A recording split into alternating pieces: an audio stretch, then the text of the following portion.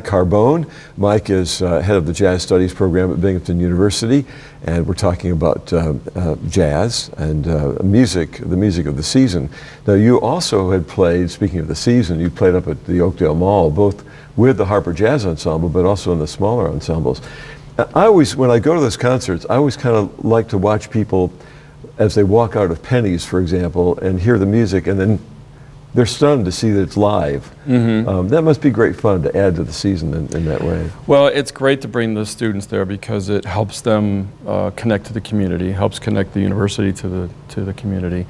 And when we do rehearse for that performance at the mall, with the understanding that more than 50% of the music that we're going to play is going to be holiday based. So right. we have some arrangements that we do, but we also get to play some of the stuff that we have worked on throughout the semester.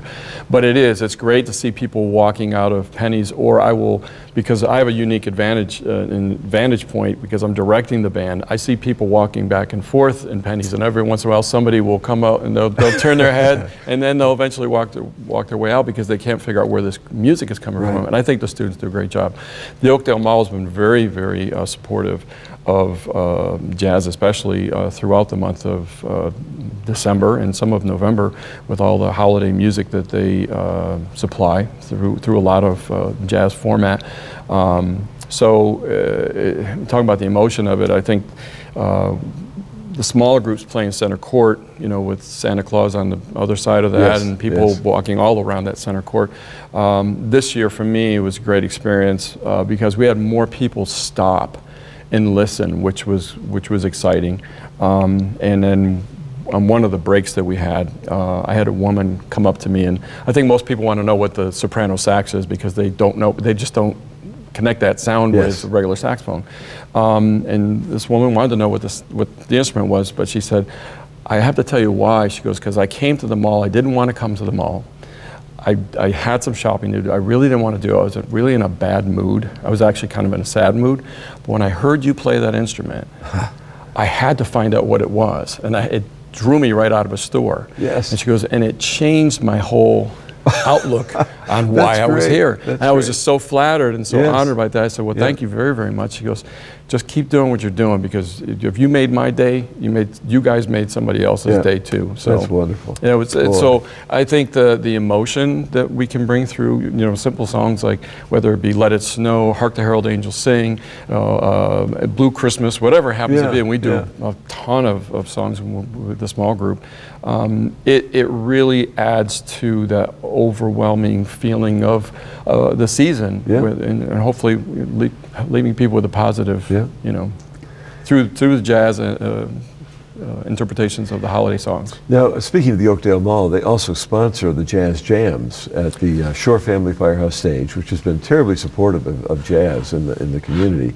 I used to do it. I was a jazz DJ back in Richmond, Virginia, and my show was on. It was a jazz brunch on at the same time I was leading worship at the Presbyterian Church there in Bon Air, Virginia, and people would say, "Well, how can you be two places at once?" I said, "Well, church is on tape," which was the opposite, of course, of what it all was. But someone said, I think at home, opening up the newspaper and listening to that music, he said, that to me is a worship experience. He said, I see God in the creative experience, I'm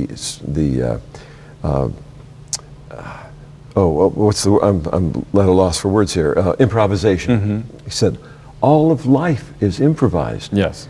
And he said, we do have our little script here. We have our notes that we have to follow, but he said, every day you have to improvise. Right.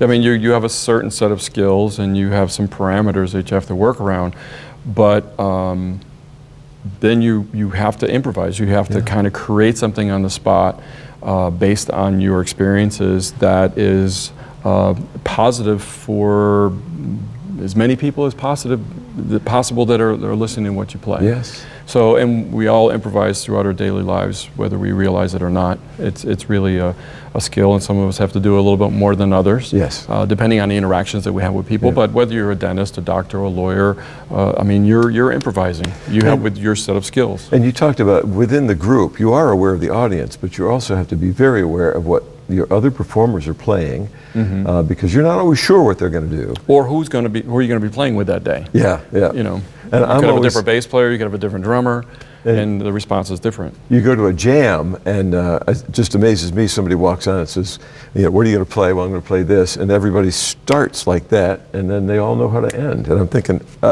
you haven't rehearsed this. How do you know what to do? But I know part of it's innate. I know part. Well, yeah, I mean, a lot of hard work and study. But when somebody, like one of the jazz jams, and like I said, we're very fortunate that the Oakdale Mall sponsored that through Nancy Phillips and her work. But when somebody comes up and they want to do a song, they sign up to come up and sit in with the band. Everybody will generally have a reference for that tune. Yeah. We might not know how we're going to play it at that moment. The singer could say, let's do this as a bossa nova, let's do it as a swing tune, let's do it a little funkier groove or an R&B thing or something like that. But using your skills collectively and your knowledge base and what you've practiced, you have to put that into a workable performance right on the spot. Yeah. And that's what everybody does, either to support that singer or to back them up or whatever way you want to look at that. So, well, this has been a great conversation. I'm so glad we did this, and well, thanks for having me. Fit this into the holiday season.